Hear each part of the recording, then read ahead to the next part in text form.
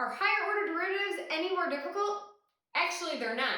You just keep taking the derivative over and over again, and sometimes it actually gets simpler. So stay tuned to the video today. Be sure to subscribe and share with any friend you know currently taking calculus.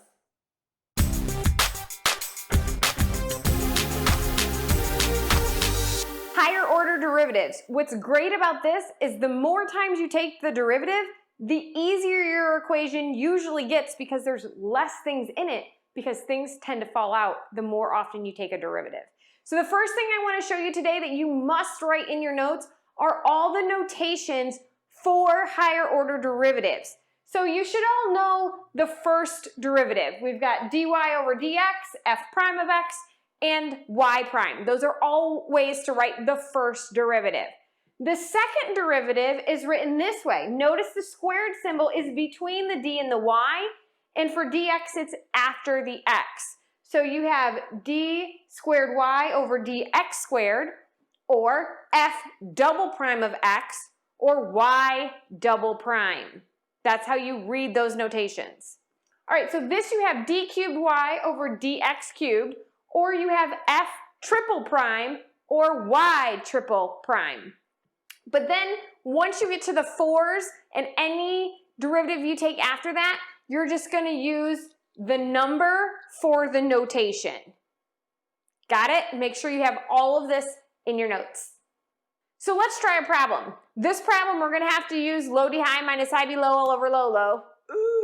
And they want us to find the third prime. So let's go ahead and do this. Y prime, the first one, low d high, derivative of the high piece, minus high, put that whole thing in parentheses, minus derivative of the low part, which is 5, all over low low. And that whole thing has to be squared. You got to have that whole thing in parentheses. Now we're just going to go ahead and multiply it through and simplify.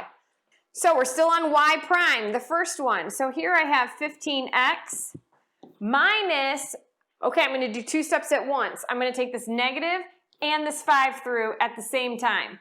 So that gives me negative 15x and then plus 10 all over 5x squared. So, well, that's kind of nice. These pieces are going to drop right on out. This 5x squared, I'm just going to go ahead and rewrite that as 25x squared, because then I can simplify my 10 and my 25. And now I'm left with, let's see, 5 goes into 10 2 times, and 5 goes into 25 5 times, and this is 5x squared on the bottom, which now I'm going into my second derivative. I can rewrite this guy as 2/5 x to the negative 2. That's my first prime. So I'm going to rewrite my first prime is 2/5 x to the negative 2. But now I need to find my second and my third derivative. So y double prime. My 2/5 stays. Now I'm going to take my derivative. Negative 2 comes out front. X, subtract a power to the negative third. I can go ahead and simplify this. And I've got negative 4/5 x to the negative 3. That's my second derivative. One more to go. Notice how much quicker that problem went than the first one. Now, y triple prime, my negative 4/5 stays. My negative 3 comes out front. I'm taking the derivative here of x, and I'm subtracting a power. So now, y triple prime equals negative times negative, that's positive 12 over 5, x to the negative 4, and if you want, you could rewrite as 12 over 5, x to the 4th. Either one of those would be fine, and there's your y triple prime. Now this one, they only want us to find the second derivative, okay? So here we go. So again, we have to do low, derivative of the high part, which is just 1, minus high, put that whole thing in parentheses because you're going to have to distribute that negative sign. So Low, d high minus high, derivative of the low is just 1, all over low, low. So in the numerator here, we're going to have x minus, and I'm distributing my negative sign, x minus 1, all over x squared. And hopefully you're getting excited because guess what happens to those x's? Those cancel each other out, and you're just left with negative 1 in the numerator. Oops, this was y prime, sorry. Y prime equals, so you got negative 1 over x squared, which we can easily rewrite as negative x to the negative 2 power. That guy is much easier to take the derivative of. And we only wanted the second derivative. So now y double prime equals your negative, that guy just comes right out here. It's like saying a negative 1, times negative 2 x to the negative third. So your negatives will cancel. You'll be left with 2x to the negative third, or you can write it as 2 over x cubed. Either one of those would work for your y double prime. All right, y triple prime, are you ready? First prime equals negative 5x to the negative 6 plus 5x to the fourth. Pretty straightforward. Y double prime is going to equal negative 5 times negative 6 x to the negative 7th plus 5 times 4 x to the third.